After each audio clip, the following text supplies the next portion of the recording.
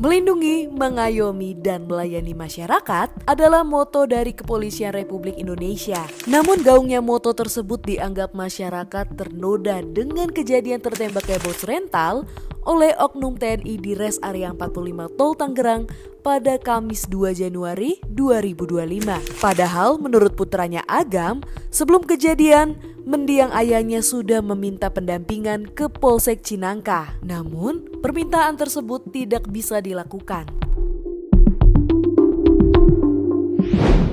Warganet riuh menyindir tindakan anggota Polsek Cinangka yang tidak bersedia memberikan pendampingan, meski korban sudah menceritakan jika ada ancaman senjata api saat mereka hendak mengambil alih mobil yang disewa. Akibatnya, media sosial ramai dengan komentar satir bahkan sarkas dari warganet seperti, seharusnya korban waktu melapor sesuai SOP, contohnya, "Pak, saya ada 20 juta, tolong temani saya narik mobil." Seperti itu kalimat SOP-nya. Sampai-sampai ada yang mengatakan jika ingin melapor ke polisi wajib menyertakan berkas yang sangat lengkap. Hingga yang terakhir, ternyata selama ini tagar percuma lapor polisi itu benar ya. Berdasarkan keterangan pers yang disampaikan oleh AKBP Kemas Indra, ia membenarkan bahwa jika ingin melapor memang diwajibkan untuk membawa berkas untuk menghindari laporan palsu juga mengikuti prosedur yang ada. Tapi Pak, kalau situasinya genting, apa iya tidak ada pengecualian? Dan apa iya prosedur penindakan laporan semuanya wajib menyertakan berkas? Jika kita telusuri, prosedur melapor tindak pidana yang dibuat oleh Cyber Polda Metro Jaya memang tidak ada informasi yang mencakup laporan mendesak. Pertanyaannya, seperti apa SOP polisi agar bisa menindaklanjuti laporan dalam keadaan darurat? Dan apakah memang tidak sesederhana itu untuk mendapat pendampingan dari pihak kepolisian? Per hari ini, pihak TNI AL telah mengakui 3 anggotanya terlibat penembakan bus rental tersebut. Juga Kapolda Banten, Irjen Suyudi Aryo Seto mengungkapkan bahwa saat kejadian tersebut, petugas piket memilih untuk tidak melakukan pendampingan karena dirasa kekuatan anggotanya sedikit, jadi tidak berimbang. Saat ini kepolisian mungkin melakukan tindakan tegas terhadap oknum yang lalai. Namun, nyawa tidak bisa diganti dengan apapun. Pertanyaannya, bisakah kepolisian menindaklanjuti dengan serius oknum kepolisian yang lalai, juga oknum TNI yang menjadi terduga pelaku penembakan? Jadi laporan ataupun pengaduan ke polisi itu kan kalau berdasarkan hak, bisa hak, bisa kewajiban. Hak seseorang karena misalnya menjadi korban dugaan tindak pidana, dia berhak untuk membuat laporan dan pengaduan. Atau bisa kewajiban seseorang mengetahui, mendengar, melihat dan mengalami ada dugaan tindak pidana, untuk bisa di proses hukum, wajib mengetahui, itu punya kewajiban untuk membuat laporan ataupun pengaduan.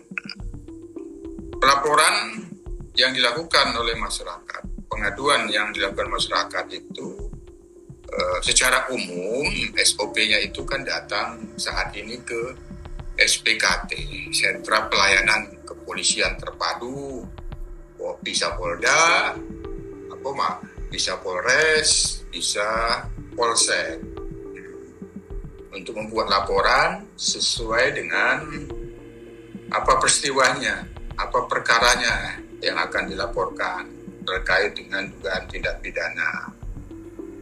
Nah, dalam laporan itu memang di SOP untuk memudahkan laporan itu diproses dengan cepat, maka perlu disertai bukti-bukti yang mendukung. Belum tentu itu bukti, tapi bukti-bukti yang mendukung menurut pelapornya. Tapi ada laporan polisi dan pengaduan disampaikannya tidak dengan bukti-bukti.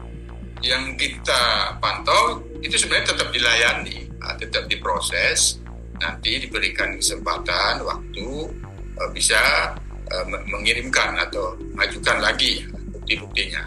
Kaitannya dengan sifat kedaruratan laporan polisi atau pengaduannya, itu ada dalam SOP untuk penanganan proses pembuatan laporan dengan dugaan tindak pidana yang perlu sesegera mungkin adanya kehadiran polisi.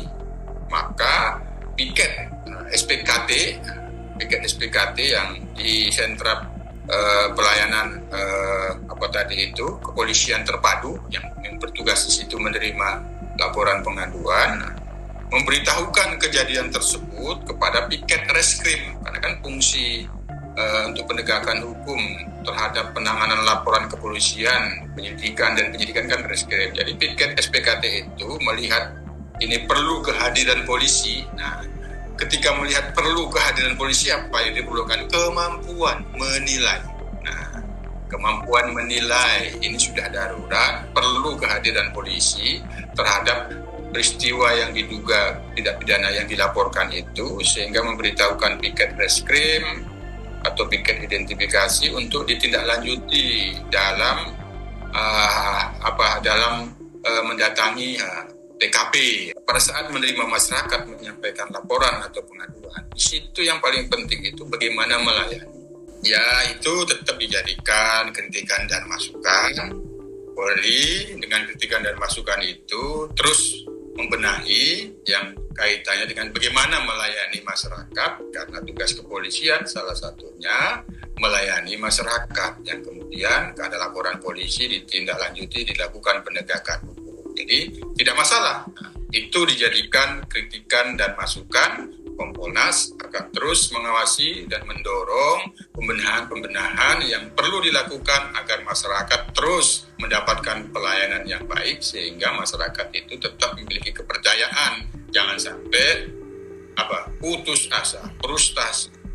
Sebagai pengayom, pelindung, dan pelayan masyarakat, kepolisian memang seharusnya dapat melaksanakan moto tersebut sebaik-baiknya. Sebab, bukankah anggota Polri digaji dari uang pajak rakyat? Pertanyaannya, apakah moto tersebut ada di hati anggota kepolisian?